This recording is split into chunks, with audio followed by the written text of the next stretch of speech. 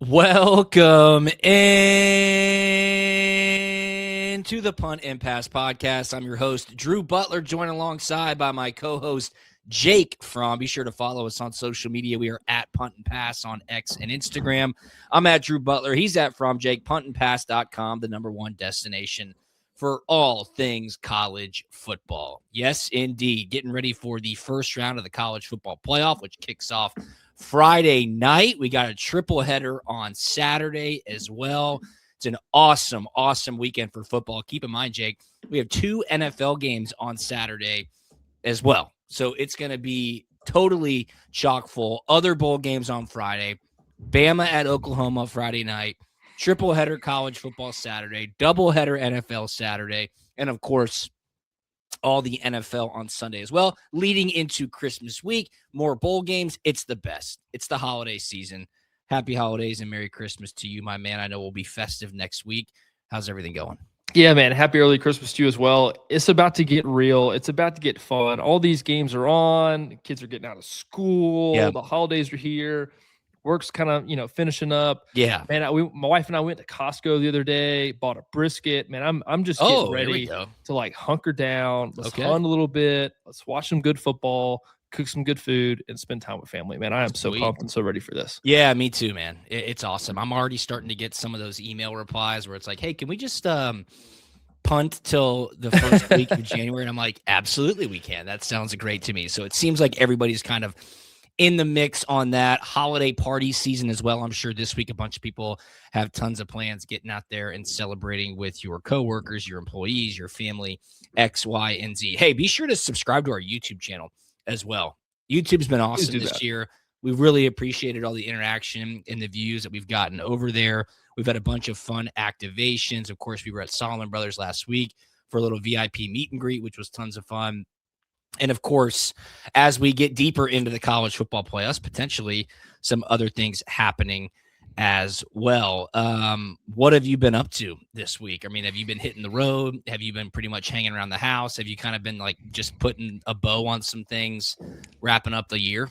Yeah, that's what we're doing, man. Kind of wrapping up, kind of taking it easy. I do have a couple things kind of in the hopper that we're working on, but really just trying to set everything up. Like you mentioned, like punting to the first of the year. Yeah. Hey, we'll do 5th this. of January. The week of January 5th is the email that I keep getting, which is fine with me. With me. Yeah, it's good for me as well. So things are starting to slow down a little bit, trying to find some time to get in the wood duck hole and hunt some birds. And man, just trying to figure out what I could do to get in the woods. And but yeah, man, it's fun trying to get all the Christmas organization plans. When are we going here? When are we going there? And all that situated. So that's what's going on in our house. Now, you are going to the Sugar Bowl. You'll be working. I'll be in studio here in Atlanta, which I'm totally fine with. I'll be able to hang out a little bit and, of course, throw it to you and Bailey down there in New Orleans. However, and I don't want to get too far ahead of myself, but I did live in Arizona for 4 years. My wife and I, Jackie, still have great friends out there. We love the desert. Georgia's never played in the Fiesta Bowl. If Georgia does win the Sugar Bowl, they will be going to the Fiesta Bowl. So I'm just throwing some feelers out there. I might have to bring Jackie out to Scottsdale, go visit some friends, and potentially go see the Dogs play in Glendale. So I don't know. I'm putting that out into the universe. Yeah, I think you're underplaying this a little bit because when we talked about this at the SEC championship game, you were already thinking about it. You were already planning. You were already excited about it. You're like, hey, if they go to Arizona, I'm going, we're going, and we're going to have a good time. So don't underplay this. Here's what I need you to do, because obviously probably Caroline wouldn't make that trip. You guys have the newborn. You probably would go, I would assume. I'm going to need you to put the recruiting pitch on my wife, Jackie, to bring the Mira golf clubs, because we could set some great golf up there. We can make that happen. I'm going to need some help on the home front, though. She's got a bunch of friends, too. So, like, maybe we could buy ourselves some time, get a couple of tee times lined up at some awesome golf courses out there. So just put that in the back of your mind as well, okay? Hey, I'm all in on that, man. New, fresh clubs. You have to see, right? And you have to go play with them. You know, you gotta open up your present and that's something. Put them in the rotation. We definitely have to do that. 100%. Okay. Absolutely. We got some promo codes for Mira Golf out there for everybody listening as well to take advantage of some of the Christmas gifts that you get. If you're interested, True Spec, Mira Golf, great Great partners of the Punt and Pass podcast. Check out our social media on that front. We should have some exciting new posts here in the coming week or so. Also on social media is our current backer giveaway. Yeah. Yes, great partner of the Punt and Pass podcast, Backer Gear, bckr.com. We're giving away a warm one, officially licensed Georgia Bulldogs jacket. It's a $350 value. We're keeping the giveaway up through Christmas Day. Check out our social media pages at Drew Butler, at From Jake, at Punt and Pass. It is a quick, takes you less than 10 seconds. Google form. You fill it out. You're entered to win. Backer's been awesome. bckr.com. Check them out. Officially licensed Georgia gear. They got hats. They got winter coats. They got raincoats. They got this awesome windbreaker as well. Backer has been phenomenal. So shout out to Backer. Sign up for the Warm One giveaway. It is a $350 value. Hey, this episode of Punt and Pass is presented to you by our awesome partners over at PrizePicks. If you haven't been on PrizePicks yet this season, I don't know what you're doing. Get involved now. Download the PrizePicks app. Use the promo code PUNT.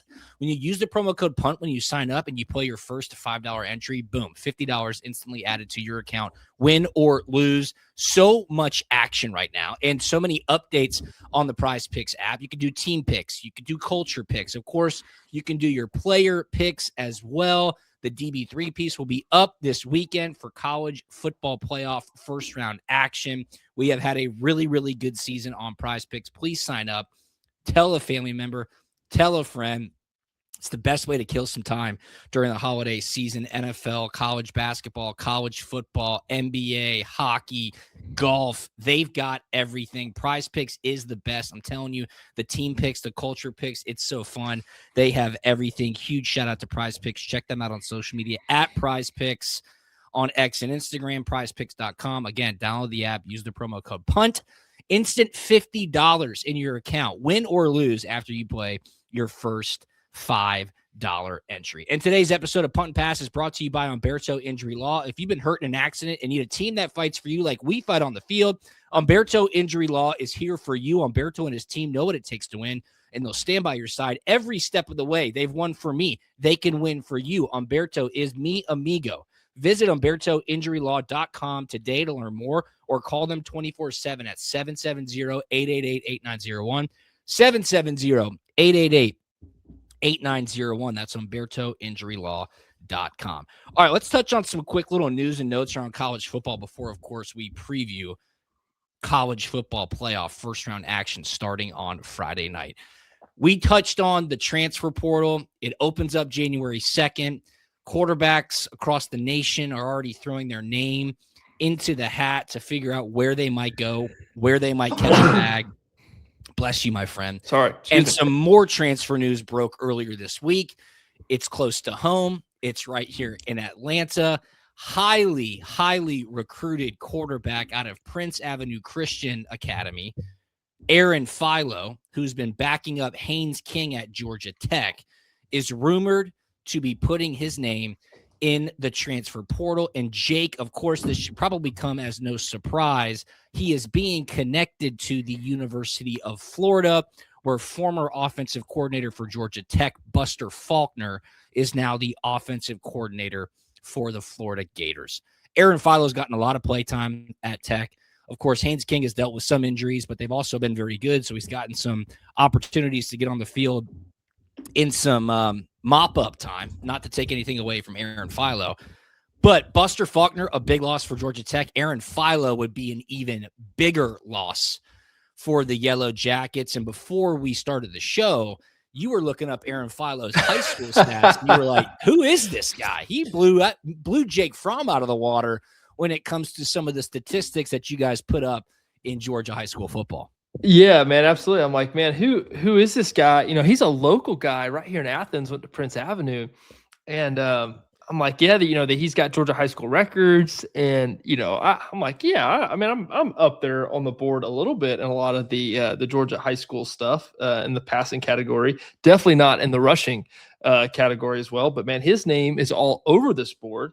He has the most career passing yards in the state of Georgia. Wow. 13,922 yards. Jeez. I mean, beating out guys like Trevor, Deshaun, myself. Gunner as well. Yeah. Man, played a lot of football, throwing the ball around the yard. And for him, totally see this as a no-brainer following Buster Faulkner down there to Florida. Kind of the brains behind the operation. Leaving.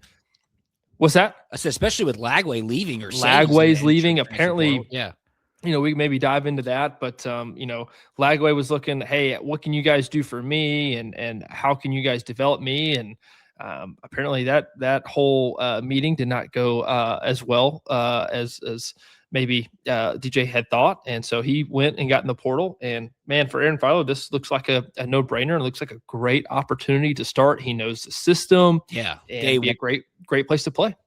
How much does that matter? I mean, Buster Faulkner going to Florida, and I'm asking you this as a quarterback, like, is it just essentially bring the playbook and teach everybody in Florida within the Gators football program, this is what we're going to do? And Aaron Philo, if he does transfer, he's like, all right, I already know all this stuff. So now he can kind of become that coach on the field for the players. Yeah, that is huge. Do not underestimate how big of a deal that is. One, that you have a guy you trust, that you want to play, that knows your system. He can help get everybody else up to speed. Think about in college football, you don't have all that time in the summer with your coaches. Right. And so you need somebody, you need a coach, you need a quarterback that knows the system, knows what the coaches want to help implement and teach the other guys throughout the summer. There's a ton of 7-on-7 reps. This is where most of this stuff really kind of gets implemented. And obviously, during the winter and the spring as well. So, man, this is a huge step and an advantage that Buster Faulkner, Summerall, and Aaron Philo are going to have to get their system implemented there at Florida. So, man, don't underestimate the Florida Gators next year, because I really think this is that big of a deal. Jaden Baugh is a really, really good running back. I don't think anybody knows what he's doing yet. I'm sure Buster Faulkner will do everything that he can to keep a guy like him in the backfield there for the Gators, because if you bring a quarterback who knows your system and pair him with some of the talent that Florida does have, keep in mind, we were watching Florida all season long saying, like, they've got a bunch of depth and talent on the offensive and defensive line. Of course, the Gators always have good skill position players. If you find a quarterback who can operate a system on day one and keep some of the pieces there around him, watch out, man. And John Summerall heading down there as the head coach as well, leaving Tulane after their college football playoff run, might not be the most arduous turnaround for the Gators. So we'll keep tabs on that one, but expect more and more names to enter the transfer portal. And of course, Punt and Pass will continue to go through the end of the college football season. So that, of course, will time up with the activity in the transfer portal. All right, we discussed this, but it's interesting to me because the cultures that are in place at some programs when it comes to transfers and NIL and holding out for more money before the playoffs even start. I mean, it's being rumored right now that Trinidad Chambliss at Ole Miss is trying to hold the Rebels hostage, for lack of a better term, before their game against Tulane this weekend. He wants more money. He's the starting quarterback. I mean, it's crazy out there. But the stark difference between some of these programs and, more importantly, some of these quarterbacks, Jake, makes it really kind of stick out like a sore thumb when you look at a school like Georgia, and more specifically, a quarterback like Ryan Puglisi. Now, what's he going to do? Is Puglisi going to enter the transfer portal? Nothing has been said. Mum's the word. Sounds like he's pretty content as a Georgia Bulldog at this moment. But he is such a difference in the current environment, because he committed to Georgia well before Dylan Raiola did. He stuck with his commitment throughout the entire recruiting process. Georgia made it known to him and to really everybody, we're going after Raiola. He's right in our backyard. He's the number one quarterback recruit. And Puglisi said, that's fine. I'm coming to Georgia. I'm willing to compete. Of course, he competes with Gunnar Stockton-ish heading into this season. He sits there as the backup, doesn't make any noise about it, doesn't post anything crazy on social media, gets some opportunities to get into the ball games.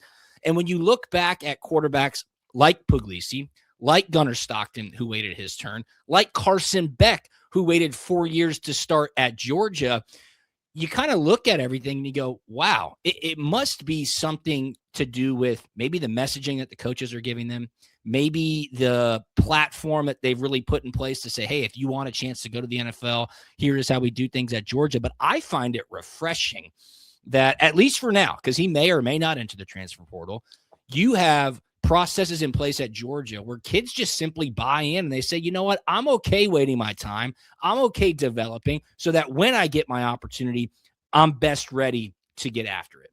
Yeah, I mean, I think it's kind of the essence and the definition of discipline, right? Giving up what you want now for what you want later. I think this young man wants to play on Sundays and have a ton of success and have a long career. So just like you said, man, he's trying to give up all the glitz and glamour, the right now, the immediate gratification for playing on Sundays, being ready for his opportunity when he gets it, right? It looks like Gunnar, is going to come back when that opportunity rises. I don't know, man. Does he dip toe in the portal and kind of see, does an agent make some phone calls? I have no idea. I mean, right now, man, you got just two polarizing ends of the spectrum of kind of the example of Puglisi, right? He's kind of in it for the long haul. He's here. He's been here a long time. He's seen it happen to Carson, and he's seen the success that Carson has had.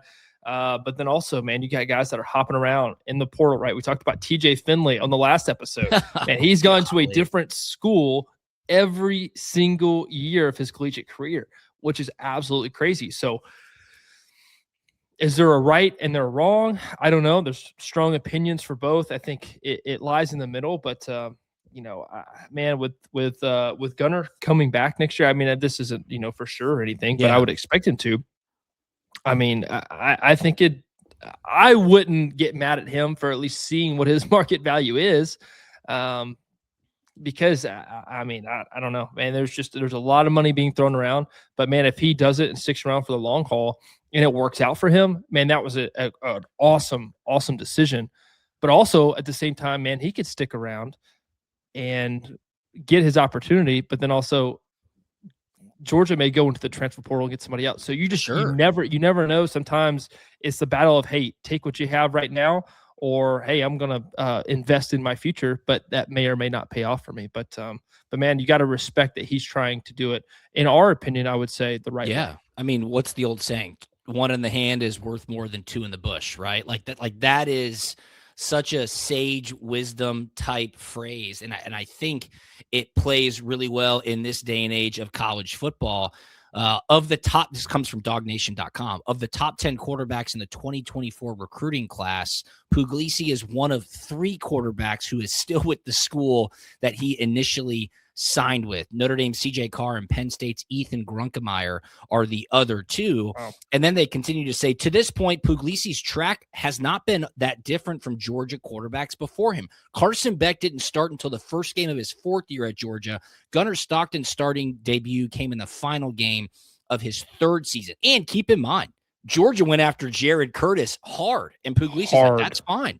That's fine. I welcome the competition. So again, it's refreshing to see that. We'll keep tabs on what happens with Puglisi, but the overarching theme here is I think Georgia has gotten their student athletes to buy in, especially at the quarterback position. Yeah. Really I mean, this may be kind of polarizing, but about that buy-in, right? Is this what makes Georgia different, or is this just complete and utter brainwashing in the current landscape of college football, right? Which one is it? I mean, is this what makes your program better than others and getting people to buy into what you're doing? Or is this just, man, some crazy spell that Kirby's able to put on these guys to stay there and develop? It's working out, and man, it's having some very fruitful benefits. But man, hopefully they can keep winning, and he can keep selling this developmental track. And maybe he's getting paid nice. I mean, I have no idea what he's making from the school or from his NIL deals, but maybe he's looking at it like, hey, I'm good. Like, I'm making X amount. Y looks nice, but I could have the opportunity to make even more if I just stay the course. So I think there's a lot to be said for that. All right. Speaking of just kind of what's going on in college football. Yes, of course, the transfer portal is there. We have belabored the point that the schedule of college football is so backwards, and Putrid. It's terrible. Get this. This comes from Ross Dellinger at Yahoo Sports. This is wild. This is absolutely wild. 14 head coaches, coordinators, or senior position coaches on 8 playoff teams have already accepted other jobs. Think about that. Quote, we are the only sport in the world where free agency for players and coaches begins in the middle of the season. 14 head coaches, coordinators, or senior position coaches on 8 playoff teams, 8 out of 12 playoff teams, have already accepted other jobs. This is some of the most exciting times in any student athlete's athletic career, getting ready for a college football playoff, having the chance to play for a national championship. And meanwhile, 14 coaches of these 8 playoff teams are already looking with one foot out the door. It's absolutely insane. I mean, I know Tulane, John Summerall, JMU, Bob Chesney, those guys are at those programs to get to the next step. But the fact that the schedule is so backwards, Jake, that these coaches have brought these teams, these group of 5 teams, to the college football playoff, and now they have one foot out the door. It's such a disservice to everybody. It's a disservice to the game. It's frustrating. It's upsetting. And I just think it's terrible for the sport of college football. Yeah, no, absolutely. I mean, what a mess that we find ourselves in. And, from a simple logic perspective, you can totally understand Summerall. You could totally understand the JMU head coach, right? Elevating, right? Probably they're standing in college football, getting better jobs. But from a simple logic perspective, take Lane Kiffin. Even though, you agree, you disagree, but you're going from a team that's in the college football playoff to a team that's out of the college football playoff, right? From a simple logic perspective, what kind of sense does that make? But Nick Saban told him to do it. Pete Carroll told him to do it. Hey, go take this LSU job. But, man, it's a mess, man. We'd love to see a better format, a better schedule, a better calendar for coaches, for players. Yes. I think for the fan experience, right? If these teams get into the playoff, we want good teams. We want good games. We want them to be competitive, man. And I mean, Tulane has a shot. I mean, Tulane has a shot here, right? To beat Ole Miss. Absolutely, they do. But man, we want these games to be competitive. We want the best of the best in there. Because I think that's what the fans want and what they deserve. Just think about this. I mean, try to just rationalize it with a comparison to the NFL. You are in the divisional round of the playoffs. Your head coach is Kyle Shanahan of the San Francisco 49ers, and it's announced the week prior to the divisional playoffs where you have 2 more games to get to the Super Bowl that Kyle Shanahan's like, hey, you know what? I'm going to go coach the Atlanta Falcons next year. I'm done. Thanks, guys. Probably going to bring some coaches with me. Let's try our best. Let's put our best foot forward. Let's try to go win a Super Bowl. But regardless, whatever happens, happens. And I'm going to go get more money for a, quote unquote, better job. And I'm done here. It just doesn't make sense. It never happens. Of course, there are reasons as to why it doesn't happen. The schedules are right. There's strict rules. There's collective bargaining. There's unions involved. I get that.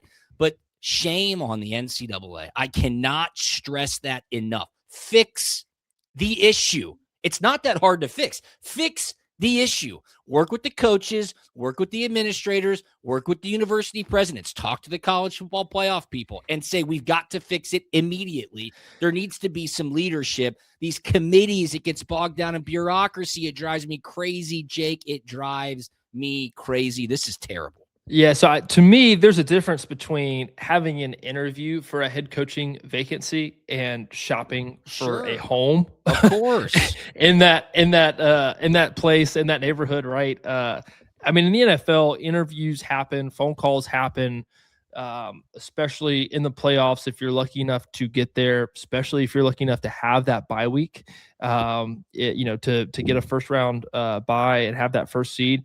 Interviews and conversations do happen. Yeah. But you're not shopping for homes and houses.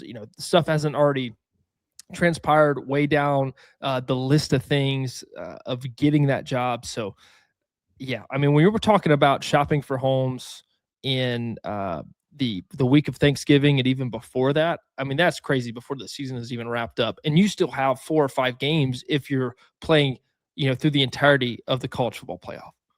I totally agree. It's got to be fixed. I feel bad for the players. I really, really do. Good for the coaches, I guess. I mean, why not take advantage of a broken system while you can get paid a boatload of money? There's got to be some leadership, and quite simply, there just isn't right now, and it's very, very upsetting. So we will just leave it at that. A couple other quick things here. Josh Pate, college football insider, analyst, host extraordinaire. He released his college football playoff national championship prediction. Here it is. He's got Ohio State beating Georgia in the Fiesta Bowl. He's got Oregon beating Indiana in the Cotton Bowl in the semifinals, Jake. He has Ohio State beating Oregon in the national championship, Buckeyes winning back-to-back natties. I disagree.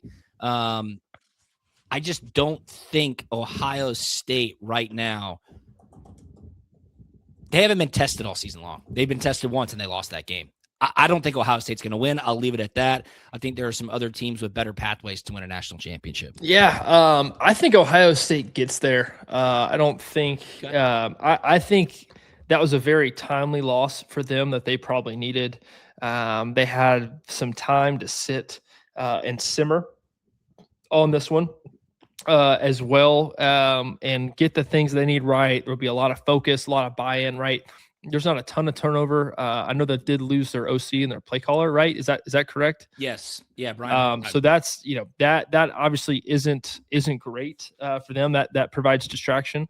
But man, just the sheer talent alone that they have, I think Ohio State finds a way to get there. Whether or not they win, I have no idea. But I do think that would be beating Georgia in the Fiesta Bowl, just to let you know. Ooh. Now, Hartline is remaining to call plays for the Buckeyes during the college football playoff. Of course, he's one of those coaches we just talked about. He's going to become the head coach at South Florida. So if Ohio State and Georgia each win their quarterfinal game, they will play in Arizona in the Fiesta Bowl. So, all right, Jake Fromm said it. We're going to hold you to it. Dang, hold me to it. Georgia loses at Fiesta Bowl to Ohio State. No. Don't do that to me. I'm trying to find this stupid bracket. No, but you're going to see a lot more bracket predictions coming out before the weekend. Hey, do we need to make one? Do we need to make one? Maybe we post that. Maybe we post that on social media at Punt and Pass, at Drew Butler, at From. Jake, you said this to me. I thought this was a cool story as well. Tulane head coach John Summerall announced that he's donating $100,000 to Tulane's NIL fund. He said he wants to leave on better terms than when he got there. And he said, quote, "I want Tulane to be better when I leave. This is home for me. My two oldest kids were born here. I am a Tulane guy." I just thought that was cool. Again, really cool. Know that when he's at Tulane, he wants to do well to get a better job. He has since done that. He's on to Florida. He's going to coach these guys up, see if they can knock off Ole Miss on Saturday afternoon. But I like this story. It's a great story. No, great story, man. Just the old wise words of leave a place better than you found it. I think it's awesome, very admirable, and just very different in college football landscape right now. It's a lot about me, and what can I have? I mentioned immediate gratification earlier, and this is just sheer selflessness. He's making a ton of money. Yes. But this is not something he has to do. And, man, I love that. I think it's awesome. Sends a great message that we do have great dudes and great men who are, becoming head coaches in this space. Absolutely. Good on John Summerall. Good luck to Tulane. We're about to talk about that game here in just a second. Football is all about game plans, and winning cases is no different. Humberto Injury Law builds a strategy tailored to each client, making sure nothing gets overlooked. Just like breaking down film, they study every angle to give you the best shot at success. Learn more at HumbertoInjuryLaw.com. Why do you want Humberto Injury Law? Because they are the #1 personal injury and workers' comp attorney in Atlanta. Call them today if you need them. 770-888-8901. 770-888-8901. Why are they great partners of Punt and Pass? Because they've helped me win as well. They can help you. Visit them today, HumbertoInjuryLaw.com. This episode of Punt and Pass also presented to you by our great partners over at PrizePicks. Now's the time, people. Download the PrizePicks app. Use the promo code PUNT. When you do that, you get $50 instantly added to your account after you play your first $5 entry. I've got an entry right here that you can play on this weekend for the first round of the college football playoffs. Jared, if you have it, go ahead and throw it up, my friend. Here it is, folks. We're starting on Saturday, and we're keeping it on Saturday. Texas A&M plays Miami. I love Carson Beck. this weekend. I think he's going to air it out. More than 235.5 passing yards for Carson Beck. That is the first pick in my entry. The second pick, Jake Retzlaff, the quarterback at Tulane. He'll throw for a passing touchdown. Tulane will score some points, I promise you. Jake Retzlaff, more than a half a passing touchdown for Tulane. And then Dante Moore at Oregon. I think Oregon is going to score a ton of points on James Madison. More than 1.5 passing touchdowns for Dante Moore, Oregon's quarterback. That's the DB3 piece for the first round of the college football playoff. Copy that. Put $5 on it for your first entry. Boom, you get $50, win or lose, but it's going to win. Carson Beck, more than 235.5 passing yards. Jake Retzlaff, more than a half a passing touchdown. And Dante Moore, Oregon's quarterback, more than 1.5 passing touchdowns. Check out PrizePicks on social media at PrizePicks on X and Instagram, PrizePicks.com. Use the promo code PUNT when you download the app. Instant $50 into your account after you play your first $5 entry. All right, let's get to the games. Let's do Friday night, kicking things off, 8 p.m. kickoff, 9th-ranked Alabama at 8th-ranked Oklahoma. 8 p.m. kick on ABC. Alabama, a 1.5-point favorite. The total is 40.5 points. Keep in mind, Oklahoma beat Alabama in Tuscaloosa about a month ago. Alabama turned the ball over a ton. They hurt themselves a bunch. I think the final score was 23-21. Go back to last season, Oklahoma pounded Alabama in Norman in a primetime game, essentially knocking them out of the college football playoffs. So Brent Venables, head coach at Oklahoma, he's got to be feeling pretty good about this matchup. And, man, Alabama needs a big showing because they just did not show up against Georgia in the SEC championship. And, Jake, really, for the last 4 weeks of the season, Alabama was not playing well. No, man, there's a lot of things to talk about. I remember early, I think, when this matchup first was announced, they mentioned there was possible snow in Norman, Oklahoma. No snow, high of 58. It's going to be a little windy that game. But yeah, Alabama has not been playing their best brand of football in this second half of the season. I just stand on the fact that I think it's going to be incredibly hard to beat Alabama 3 times in a row. Okay. And especially when you look at that last matchup, just like you mentioned, Alabama just shot themselves in the foot over and over and over again, right? Man, the turnovers in that game. Ever since John Mateer has come back as well for Oklahoma, they have not been playing the best offensively. Now, their defense has been playing lights out, right, throughout the season. But it's like kind of a battle of both teams that have been battle tested throughout the year. They're maybe not playing their best brand of football at the moment, but they're both here. They both got there. Man, the implications of this game are huge. I find it hard to believe that Alabama is going to lose to Oklahoma 3 times in a row and then lose consecutive games. So give me Bama in this game here on the road. They're not going to lose in Norman twice in a row. So this is just simply, man, the odds of Alabama and all these things of losing this many games in a row against Oklahoma, I just find it hard to believe, man. I think Ty Simpson, that he needed a little bit of time to get healthy. You can kind of tell he kind of wasn't the same guy over the past couple weeks of the season. So I think this time off is going to be very helpful. They'll get some guys healthy and get some guys back. Give me Bama in this game.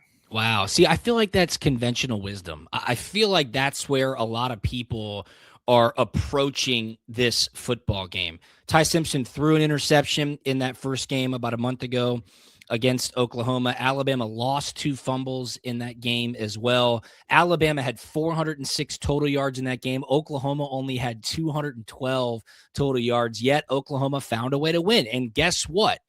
In the second half of that game, Oklahoma had 2 field goals. Alabama had 1 touchdown, and it proved to be enough. So many people are looking at this saying, Alabama, people are saying they shouldn't have made the playoffs, like me.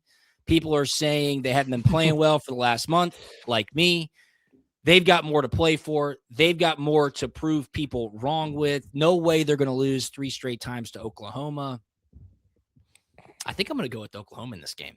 Wow. I do. I think John Mateer has also had the opportunity to get healthy. I think Brent Venables and his coaching staff have a solid game plan knowing how to attack Kalen DeBoer and this Alabama offense. And Alabama's offense has not been playing well. They just haven't. So do you think 2 weeks off is suddenly going to help them find some magic. I also think the home field advantage for Oklahoma in this spot cannot go understated. I think it's going to be rocking. Boo. See, I completely disagree on that take because Alabama played their best game against Georgia on the road, man. True. They've been battle battle tested on the road. To me, that is a non-factor in this game. Wow. And I think when you give Kalen DeBoer some time and their OC to game plan the way they do, man, I wish I had this stat pulled up in front of me, but I just feel like every time you give them Alabama, Kalen DeBoer a bye week, they come up with some really good stuff, come up with a great plan, and really end up winning the football game. All right. They had a bye week before that LSU game. And that was a little bit too close for comfort as well. They won 20-9. LSU just could not find anything on offense whatsoever. And, of course, that was right after they had fired Brian Kelly. So I'm going with Oklahoma. Jake likes Alabama. It's going to be a fun game. Last question on this one. I know Kalen DeBoer came out and said we're happy at Alabama. Do you think if Alabama loses this game, the door slightly opens for that Michigan job and they could put the full court press on Kalen DeBoer? Yeah. The question then becomes, does he get run out of town? Yeah. Exactly. I mean, didn't Damian Harris come out and have some strong words of like, hey, the standard isn't where it needs to be, what we're used to? I don't know, man. I think it depends on if they lose the game, how they lose the game, because they lost the Georgia game was bad. And that was not the standard that we're used to seeing from an Alabama football team. So I think it matters. I think it matters a lot. All right, so the odds makers are telling you that should be the closest game. Again, Alabama, a 1.5-point favorite at Oklahoma on Friday night. I think the best game of the weekend is going to be at noon on Saturday. 10th-ranked Miami at 7th-ranked Texas A&M. Noon kick on ABC. A&M, a 3-point favorite. The total, 49.5 points. Again, you have been the person saying you cannot believe A&M loses one game late in the season and drops all the way back to 7. I agree with you on that front. Many other people are saying kind of weird how Miami was on the outside looking in. And then, of course, before the final college football playoff rankings, they slide them into the 10 spot. But I think this is a fantastic matchup. Two great quarterbacks with Carson Beck and Marcel Reed. A&M's defense has been really stout as well, but Miami's defense is good. Miami's offense has been playing at a very high level late in the season. Man, I think I like Miami in this game. I'm a little nervous about this one. First off, there's going to be dudes, quote unquote dudes, all over the field on this one. Guys who are going to play on Sunday. Both of these defenses have unreal talent. There's playmakers on offense as well. I was kind of looking at A&M's schedule, and they have played quite a few games at noon, right? They have played. Yeah, one of them was at South Carolina. South Carolina, the one they played really bad, but a great second half. They played the week after Samford at noon as well. They played Utah State, so maybe not their biggest games at noon, but they've had experience playing at noon. Sure. And they're going to have to get up and get on Miami early in this game. I think it just all comes down to how does Marcel Reed play. I think we know the product that we're going to get out of Carson. I think it's going to be consistent. And does Elko have a plan for Carson and the freshman wide receiver that Miami has that is just an absolute gadget player? Man, he is just exceptional. You get the ball in his hands and he's like a Zachariah Branch, man. He can take it to the house at any given point in time. So does Elko have a plan for that? I just think A&M and what they've done throughout the course of the season, home field advantage, have history playing at noon and at home. They're going to learn from the South Carolina mistake. Give me A&M in this one, but I think this is going to be a really, really good football game. Yeah, me too. Even with the great defenses, I could see this being a shootout. So I'm going to take the over in this game as well. Ooh, over 49.5. I'm looking at A&M's schedule, dude. I mean, they did not play Alabama. They did not play Oklahoma. They did not play Georgia. They did not play Ole Miss. I mean, it's crazy. They didn't play Tennessee. They got to avoid just about the guys. everybody in the upper half of the SEC standings. Of course, that's no fault of their own. They did have a very, very big matchup in the last week of the regular season, and of course, lost to Texas in Austin, 27-17. I see it now, Jake. Miami's going to win this game. Oklahoma's going to win on Friday night, and everybody's going to be clamoring the SEC is overrated. This is ridiculous. Preferential treatment. Just bookmark this right here. That's exactly what's going to happen. But those storylines will be quelled a little bit because the game after A&M and Miami is Tulane at Ole Miss. 11th ranked Tulane at 6th ranked Ole Miss. 3:30 kickoff. Keep in mind, these games later on Saturday are on TNT and HBO Max. Ole Miss is a huge 17.5-point favorite. The total here, 56.5 points. So many questions around Ole Miss. Yeah. So many questions around their preparation. Pete Golding has never been a head coach before. Now he's going to be a head coach for the first time ever in a college football playoff game. And, of course, Ole Miss played Tulane earlier in the season. They beat them 45-10. Tulane was a little banged up in that game. I just think this one's going to be close. I think Ole Miss wins. I think Tulane's going to be able to score. I think there's too many outside factors that are affecting Ole Miss's preparation in this game that will make it too close for comfort. So give me Tulane plus 17.5 points. Yeah, this game's going to be about who handles the distractions better. And that is not just the players, but the coaches as well, right? I think the coaches have to be locked in, come up with an excellent game plan. You know, these two teams have already played each other already. There's some familiarity there. Just like you on this one, Drew, I'm going to have to go Ole Miss. I just think there's too much firepower. There's too many dudes. But I do think Tulane keeps it a lot closer than people think. I think this is probably going to end up around a 10-point spread. Okay. I'm going to take the under on this one as well. I think there's going to be defense played. Kiffin's gone. I know the OC, Charlie Weiss Jr., is back at Ole Miss, but man, distracted. Man, he's not going to come up with this great game plan. I agree. And he'll probably, roll some stuff off the sheet because he'll be like, "Hey, who cares? Like, what's the worst that can happen? I'm going to get fired, right?" Yeah. He's not going to get fired. So expect some crazy plays, some trick plays, and he's just going to roll it right off the street, right off the sheet. And I think there'll be some more effort in the next week when they play Georgia after they win this game. But yeah, man, this is a game about distractions. So you'll take Tulane plus the 17.5 as well. All right, quickly, Jake. Last game, Saturday night, 12th ranked James Madison at 5th ranked Oregon, 7:30 p.m. kick. Again, it's on TNT. Oregon is a huge 21-point favorite. The total here, 47.5. I just think Oregon's got way too many dudes. I think this is probably your biggest blowout of the weekend. I'll lay the 21. I don't think it's going to be close. Yes, I agree. Oregon has played not that great, very much similar to Alabama and Oklahoma. May have not been playing their best football down the stretch, but expect Oregon to come out, absolutely pounce, make a statement. Dan Lanning's going to have those dudes ready to roll. They have more. This is a simple Jimmy's and Joe's kind of deal here in this game, and I expect a massive, massive blowout in this one. There you go. Well, blowouts were across the board in last year's first round of the college football playoff. I would expect the games to be a bit better this weekend. Thanks so much for joining us to get ready for the first round of the college football playoff. Of course, we could not do it without our awesome partners. Shout out to PrizePicks. This episode presented to you by PrizePicks. Download the PrizePicks app. Use the promo code PUNT. You get an instant $50 into your account after you play your first $5 entry, win or lose. Follow the DB3 piece. It'll be up on social media. Check out PrizePicks on social media as well at PrizePicks. And remember, Humberto Injury Law is your first call when accidents happen. Don't wait. Visit HumbertoInjuryLaw.com today. Humberto Injury Law, protecting people, fighting for justice, winning results. 770-888-8901. That's HumbertoInjuryLaw.com. Sign up for our backer giveaway. It is up on social media right now. Jake, anything on the way out, my man? Yeah, order your backer jacket. Sign up for that giveaway.